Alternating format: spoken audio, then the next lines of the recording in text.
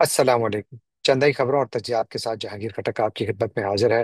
Nadreen, आज यहाँ New York में मंगल की रात और अक्टूबर की 7 तारीख, जबकि पाकिस्तान में बुध की सुबह और अक्टूबर की 8 तारीख है। नादरीन, आज खबरें बहुत है तो सीधा खबरों की जानिब बढ़ते हैं। और सबसे पहले बात करेंगे पाकिस्तान के लिए अमेरिका की जानिब से जो मिसाइल भेजने की खबर आई है। अब तो हर तरफ मौजूद है, लेकिन मेरा ख्याल है बहुत ज़्यादा सिग्निफिकेंट खबर है और इसकी बात हमें ज़रूर इसका जिक्र करना चाहिए, जो कि एक बहुत बड़ी पेशरफ्त है पाकिस्तान और अमेरिका के बाहमी ताल्लुकात में।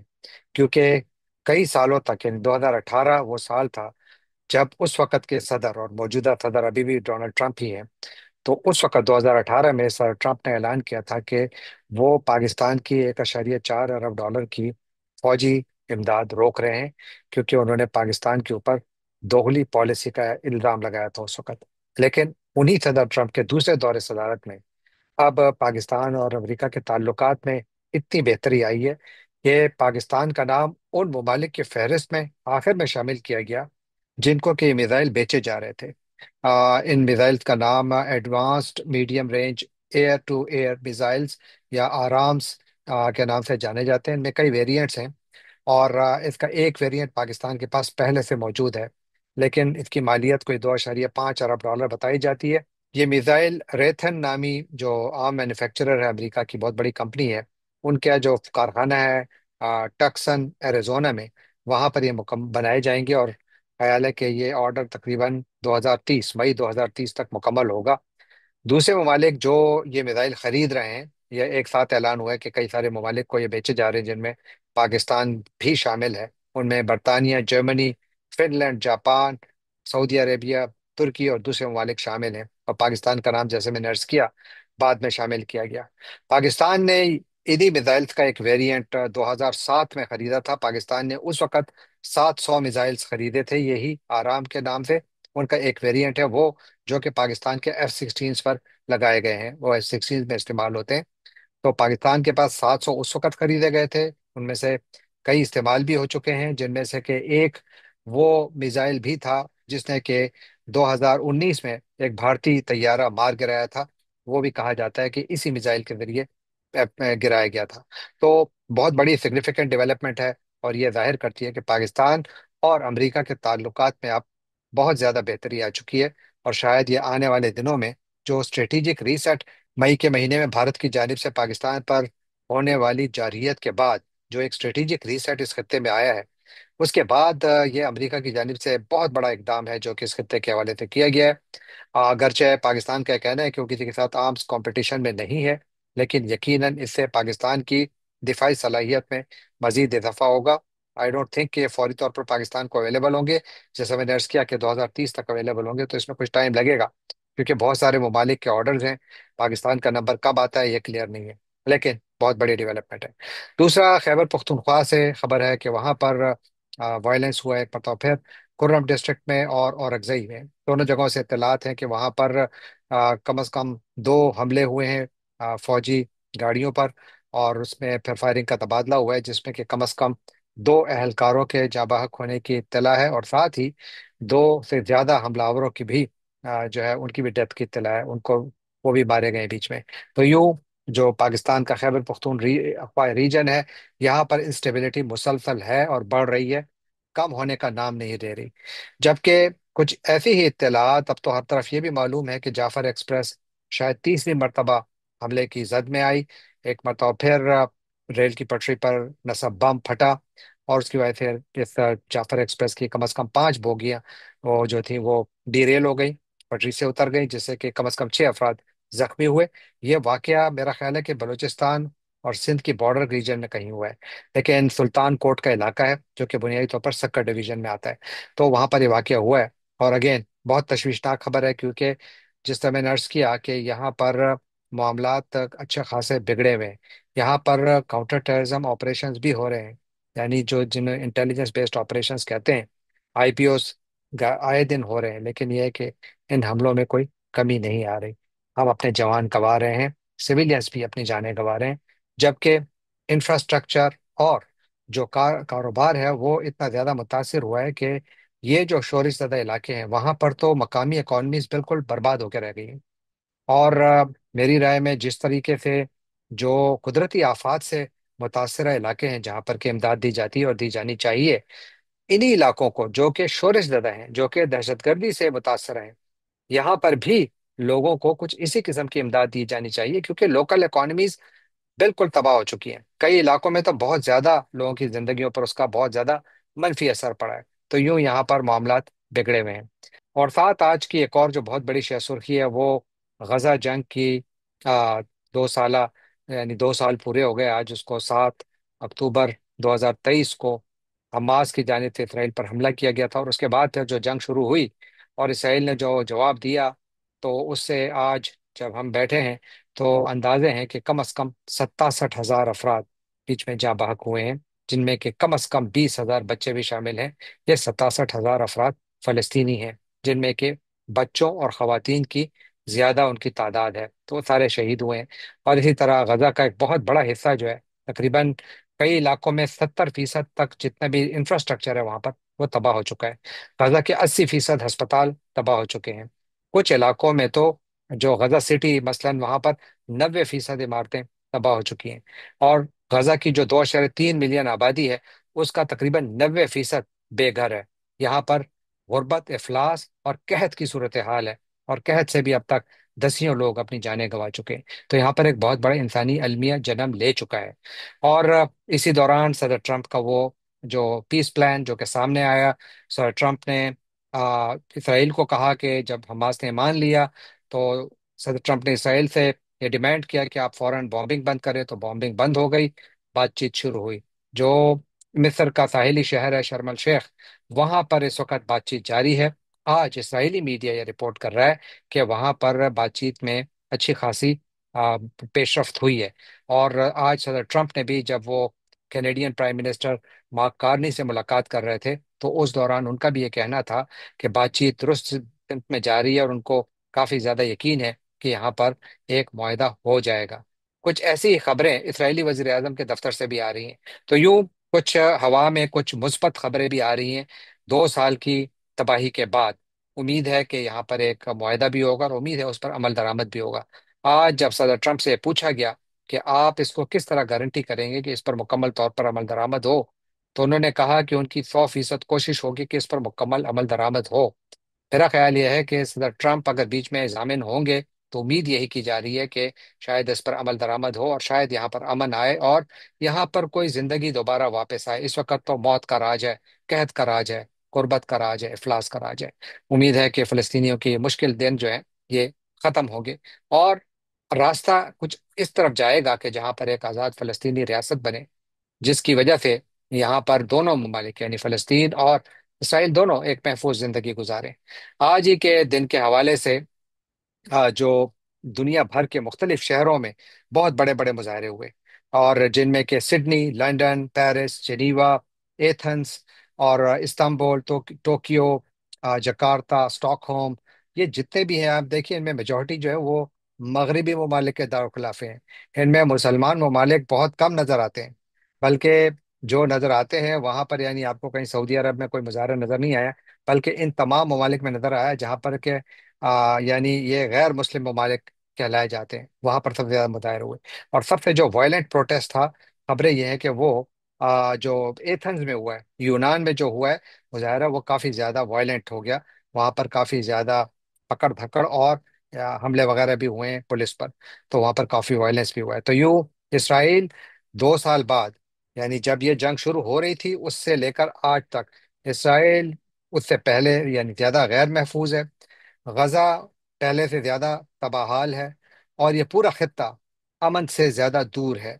सदर ट्रंप का वो प्लान शायद एक उम्मीद की किरण बनकर सामने आया है, जिसके नतीजे में हम सब ये दुआगो हैं और उम्मीद करते हैं कि यहाँ पर शायद अमन आए, और जिसके नतीजे में एक पूरे खित्ते के अवाम की जिंदगियों में कोई अमन और सुकून आए। यही हमारी दुआ है। और इसी दुआ के साथ हम यही इंतजार कर रहे हैं उन खबरों का, अच्छी खबरों का, जिसका जिसकी तरफ सदर ट्रंप इशारा कर रहे हैं, जिसकी तरफ हमास और इसराइल दोनों की जानब से वादे इशारे मिल रहे हैं, और इजिप्ट की जानिब से भी। साथ ही आज पाकिस्तान के लिए भी एक अच्छी खबर है, क्योंकि पाकिस्तान के साबिक सेनेटर मुश्ताक अहमद खान साहब, जो कि غزہ کے فلوٹیلا میں شامل تھے اور جن کو اسرائیل نے گرفتار کر لیا تھا، اور انہوں نے کوئی 3 دن اسرائیلی جیل میں گزارے، اور جن کا ایک بیان بھی انٹرنیٹ پر موجود ہے جہاں پر وہ فرما رہے ہیں کہ کس طریقے سے، کن صعوبتوں سے ان کو اور ان کے ساتھیوں کو گزرنا پڑا، اور یہ کہ وہاں پر انہوں نے ہنگر اسٹرائک بھی کی، لیکن اوور آل ان کا ایکسپیرینس اسرائیلی جیل میں بہت زیادہ منفی تھا۔ اور لیکن شکر ہے کہ وہ امان یعنی اردن پہنچ چکے ہیں، اور امید کی جا رہی ہے کہ جب تک یہ لوگ آپ تک پہنچے شاید وہ وطن پہنچ چکے ہوں یا راستے میں ہوں۔ لیکن جو سینیٹر مشتاق احمد صاحب ہیں، یہ پاکستان کی تاریخ کے ان چند سیاسی اکابرین میں سے ہیں جنہوں نے کہ یہ ہمت دکھائی کہ وہ اس انٹرنیشنل فلوٹیلا میں شامل ہوئے، جس میں کہ یاد رکھیے کہ کم از کم 20 امریکی بھی شامل تھے، جن میں سابق امریکی فوج کے سپاہی اور آفیسرز بھی شامل تھے جو اس فلوٹیلا کا حصہ بنے۔ تو یوں انہوں نے اپنا ایک پروٹیسٹ رجسٹر کیا، ظاہر ہے سب کو معلوم تھا کہ وہ وہاں پہنچ نہیں سکتے تھے۔ اور آخر میں جو آج کی ایک بہت بڑی خبر، جو میرا مین موضوع بحث بھی ہے، وہ جو ماسکو میں 7واں ماسکو فارمیٹ کی جو کنسلٹیشنز ہوئی ہیں، جو وہاں پر مشاورتی اجلاس ہوا ہے، وہ ختم ہو چکا ہے۔ اس اجلاس میں تقریباً 11 ممالک نے حصہ لیا، جن میں روس کے علاوہ افغانستان، بھارت، ایران، قزاقستان، چین، کرغزستان، پاکستان، روس تو میں نے جس طرح عرض کیا، تاجکستان، ازبکستان، اور پھر ساتھ بیلاروس کا جو وفد تھا وہ ایز اے گیسٹ یا مہمان کے طور پر اس نے اس میں شرکت کی۔ وہاں پر پہلی مرتبہ دیکھا گیا کہ افغانستان میں طالبان حکومت کے جو فارن منسٹر امیر خان متقی، انہوں نے بحیثیت ایک آفیشل ڈیلیگیٹ وہاں پر شرکت کی، نہ صرف شرکت کی بلکہ وہاں پر انہوں نے تقریر بھی کی۔ اور تقریر جو تھی وہ پوری دنیا میں اس کی گونج اس وقت ہے، کم از کم ساؤتھ ایشیا میں، کم از کم پاکستان اور افغانستان میں اس پر کافی غور و فکر کیا جا رہا ہے، کیونکہ متقی صاحب کا جو بیان تھا میری رائے میں وہ کافی زیادہ ہارڈ ہٹنگ تھا، کافی زیادہ اس کے اندر مصالحت تو تھوڑی بہت کہیں نظر آئی، لیکن وہ کافی زیادہ مصر تھے اس بات پر کہ افغانستان میں کوئی دہشت گرد نہیں ہے۔ بنیادی طور پر دنیا کے لیے ان کا پیغام یہ تھا کہ افغانستان میں کوئی دہشت گرد نہیں ہے، باوجود اس کے کہ یونائٹڈ نیشنز کی سیکیورٹی کونسل کے جتنے بھی اسپیشل رپورٹیئرز اور جتنی بھی انہوں نے رپورٹنگ کی ہے، اس میں سارے کے سارے یہ کہہ رہے ہیں کہ یہاں پر 1 درجن سے زیادہ جو انٹرنیشنل ٹیررسٹ آرگنائزیشنز ہیں وہ افغانستان کی سرزمین پر ہیں۔ اور چند ماہ پہلے اس کے نقشے بھی دکھائے گئے کہ افغانستان کے 14 صوبوں میں باقاعدہ ٹریننگ کیمپس چلائے جا رہے ہیں، جس میں کہ تحریک طالبان پاکستان کے ٹریننگ کیمپس بھی ہیں، اور ازبکستان کی جو اسلامک موومنٹ ہے اس کے بھی ہیں، اور اس قسم کے دوسرے دہشت گرد گروپوں کے بھی ہیں۔ لیکن متقی صاحب اس اجلاس میں جو موجود لوگ تھے ان کو یہ باور کرا رہے تھے کہ ہم نے سب کا صفایا کر دیا ہے، سب کچھ ٹھیک ہے۔ اور انہوں نے کسی ملک کا نام تو نہیں لیا اپنی تقریر میں، مگر ان کے جملوں کا ہدف بالکل صاف ظاہر تھا کہ وہ پاکستان تھا۔ ان کا کہنا تھا کہ کچھ ہمسایہ ممالک جو ہیں وہ خود مختار یعنی افغانستان کی خود مختاری میں مداخلت کر رہے ہیں۔ ان کا یہ بھی دعویٰ تھا کہ افغانستان کے کچھ پڑوسی ممالک کے اندر داعش کی موجودگی ہے۔ نہ صرف یہ بلکہ انہوں نے یہ بھی کہا کہ افیون کی کاشت جو کہ افغانستان میں مکمل طور پر ختم کی جا چکی ہے، اب وہ دوسرے ممالک میں پیدا کی جا رہی ہے، اور وہ جو افیون چرس اور دوسرے جو ڈرگز ہیں وہ افغانستان آ رہی ہیں۔ گویا ان کا اشارہ ایک مرتبہ پھر پاکستان کی طرف تھا، کیونکہ پاکستان سے اب یہ خبریں ہیں، اسپیشلی بلوچستان سے، کہ وہاں پر افیون کی کاشت ہو رہی ہے۔ تو متقی صاحب ڈائریکٹ پاکستان پر اس کا نام لیے بغیر انہوں نے کافی تنقید کی، بلکہ انہوں نے بہت سارے جو بیانات آئے، اسپیشلی وہ جو کہ اس سے پہلے اس خطے کے ممالک نے دیے ہیں دہشت گردی کے حوالے سے، انہوں نے ان سب کو ریجیکٹ کیا، بلکہ ان کو انہوں نے کنڈیم کیا۔ اور ساتھ انہوں نے پھر یہ بھی کہا کہ ہم معاملات کو جو ہے یعنی ایک رسپانسیبل اسٹیٹ کے طور پر کام کرنا چاہتے ہیں، سب کے ساتھ مل کر کام کرنا چاہتے ہیں۔ باقی تو ظاہر ہے وہ سفارتی جو جملے تھے وہ انہوں نے سارے ادا کیے، لیکن جو ان کی تقریر تھی میرا خیال ہے اس کا بڑا ہدف جو تھا وہ پاکستان ہی تھا۔ بہت سارے لوگوں کا یہ خیال ہے اور میں بھی ان میں شامل ہوں۔ اب یہ پوری جو تقریر ہے امیر خان متقی کی، یہ میرا نہیں خیال کہ یہ ایک دن میں طالبان یہاں تک پہنچے ہیں، کیونکہ اس سے پہلے پاکستان اور افغانستان کے درمیان تعلقات میں جو اس وقت بہت زیادہ معاملات بگڑے ہوئے ہیں، اس کی وجہ یہ بھی ہے کہ دونوں ممالک اور اسپیشلی پاکستان کے چند وزراء کی زبان درازی کی وجہ سے بھی معاملات بگڑے ہیں۔ کیونکہ دیکھیے ہمیشہ کے لیے ہوتا یہ ہے کہ پاکستان کا ایک نیشنل سیکیورٹی ایڈوائزر بھی ہے جو کہ ISI کا سربراہ بھی ہے، उनके पास सबसे ज़्यादा मालूमात भी है। होता तो ये है कि ऐसे मौके पर आपके जो NSAs हैं, नेशनल सिक्योरिटी एडवाइजर्स हैं, वो सारा का सारा एविडेंस लेकर दूसरी गवर्नमेंट के साथ बैठते हैं, उनके सामने एविडेंस पेश करते हैं, उनसे बात करते हैं कि जनाब ये है आपके साथ मामलात और इनको आप ठीक करें, क्योंकि हम आपके साथ हर किस्म का ताउन करना चाहते हैं, हालात को ताल्लुकात को बिगाड़ के बजाय बेहतर करना चाहते हैं। और उसके लिए ज़रूरी ये है कि हमारे ये डिमांड्स हैं, ये लोग यहाँ पर मौजूद हैं, ये हम आपको एविडेंस दे रहे हैं, तो इसके बाद फिर शायद आपका केस ज़्यादा बेहतर तरीके से प्रेजेंट हो। पाकिस्तान में मसला ये हुआ कि पाकिस्तान में ज्यादा जो मामलात चलाए गए वो बयानात के जरिए चलाए गए। बिल्कुल ऐसा ही तालिबान की जानिब से बयानात के जरिए चलाए गए, स्पेशली उनके जो डिफेंस मिनिस्टर हैं और उनके कुछ और वज़रा जो हैं, उनकी भी जुबान काफी ज्यादा तल्ख रही है। इस हद तक तल्ख रही है कि उसमें नफरत का अंसर नजर आता है, बिल्कुल वैसा नफरत का अंसर जो कि आपको ख्वाजा आसिफ की जुबान में नजर नजर आता है। उन्होंने आज भी उनका एक बयान, आज मैं अफगान मीडिया में देख रहा था, उनने बड़ा सुर्खियों में छापा हुआ है कि वो जो ख्वाजा साहब हैं फरमा रहे हैं कि अफगानिस्तान कभी भी पाकिस्तान का दोस्त नहीं रहा, शुरू से पाकिस्तान मुखालिफ रहा है। ये पाकिस्तान का एक जायज़ गिला है, इसमें कोई बुरी बात नहीं है। लेकिन मेरा मानना यह है कि एक ऐसे वक्त जब पाकिस्तान के अपने जो स्पेशल एम्बेसडर जो हैं, मोहम्मद सादिक, वो ट्वीट कर रहे हैं कि जी मैंने इस इजलास की साइड लाइंस में, बावजूद इसके कि अमीर खान मुत्तकी ने पाकिस्तान का नाम नहीं लिया, सबका ख्याल है कि पाकिस्तान ही की तरफ रेफरेंस था, लेकिन उसके बाद उनकी मुलाकात पाकिस्तानी सफीर से भी हुई, यानी मोहम्मद सादिक के साथ वो 1.5 घंटा बैठे रहे और वहां पर तमाम उमूर पर बात हुई। और यही वो रास्ता है जो कि पाकिस्तान को नहीं छोड़ना चाहिए था। पाकिस्तान की पॉलिसी में मेरा ख्याल है कि एक अच्छा खासा रिएक्टिव मोड में है। यानी पहले आर्मी चीफ के कुछ ऐसे बयानात आए थे कि जिनको बहुत सारे लोग अक्रॉस द बॉर्डर थ्रेटनिंग समझ रहे थे। फिर उसके बाद शहबाज शरीफ साहब ने जब वो बन्नू गए थे, वहां पर उन्होंने बयान दिया कि अफगानिस्तान को दोस्त चुनने होंगे, या वो पाकिस्तान के साथ दोस्ती करे या तालिबान के साथ। मेरा ख्याल है कि ये वो चीज़ें हैं जो कि वो डायरेक्ट अफगान तालिबान को ये कम्युनिकेट कर सकते थे। बयानात के जरिए अगर आपने डिप्लोमेसी करनी है तो फिर नताइज यही निकलते हैं जो कि इस वक्त हैं।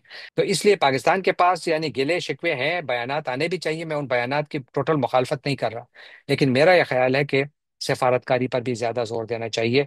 पाकिस्तान के नेशनल सिक्योरिटी एडवाइजर को अफगानिस्तान जरूर जाना चाहिए, उनको एंगेज करना चाहिए और उनके साथ बैठकर वो एविडेंस शेयर करना चाहिए कि अगर आप ये नहीं करेंगे तो आप बताइए इसका हल क्या है। हम तो अपने यहाँ इतने ऑपरेशंस कर रहे हैं जो चलते रहेंगे, लेकिन ये आपकी तरफ से जो हो रहा है, हम आपको बता रहे हैं कि यहाँ पर ये लोग मौजूद हैं, तो आप इनके खिलाफ अगर कार्रवाई नहीं करेंगे फिर हम करेंगे। यानी आपको वो अपने लिए सब कुछ जस्टिफिकेशन करनी होगी।